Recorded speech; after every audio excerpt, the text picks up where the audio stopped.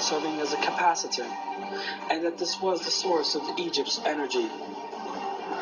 To the Ark of the Covenant serving as a capacitor, and that this was to its other properties.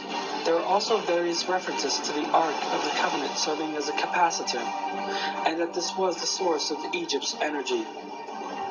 The prophet Moses, peace be upon him, is known to have taken the Ark serving as a capacitor, and that this was the source of Egypt's energy, serving as a capacitor, and that this was the source of Egypt's energy, serving as a capacitor, and that this was the source of Egypt's energy, serving as a capacitor, and that this was the source of Egypt's energy, serving as a capacitor, and that this was the source of Egypt's energy.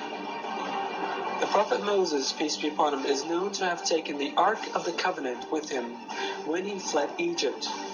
According to historic references, one of the reasons why Pharaoh chased the prophet Moses, peace be upon him, right up to the last moment, and strove to catch him at whatever price, was the Ark of the Covenant. Historic references.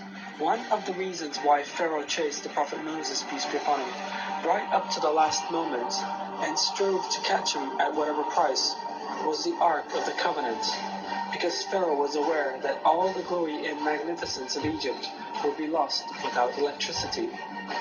Historic references also show that Egyptian civilization reached its peak during the reign of Historic references also show that Egypt's magnificence of Egypt would be lost.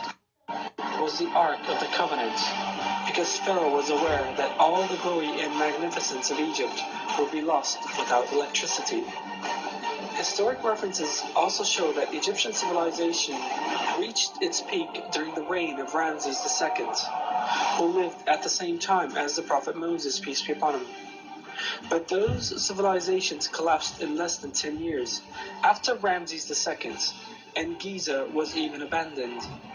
The city, once the center of civilization, remained deserted until the next dynasty settled there. Were the Egyptians the only society to utilize wireless electrical technology? The relief carvings left by the Mayan and Assyrians also contain images of similar techniques to those implied in the pyramids. The relief carvings left by the Mayan and Assyrians also contain images of similar techniques to those implied in the pyramids.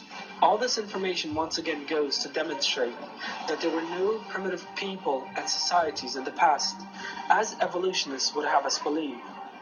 And all this information once again goes to demonstrate that there were no primitive people and societies in the past, as once again goes to demonstrate that there were no primitive people and societies in the past, as evolutionists would have us believe. In terms of civilization, more or less developed communities have lived side by side at all times throughout history. A society that existed thousands of years ago enjoyed a far more advanced technology compared to one living in the 20th century. And this shows us that development is not part of an evolutionary process. In other words, that there is no linear advancement from a primitive level of civilization to a more developed one in history.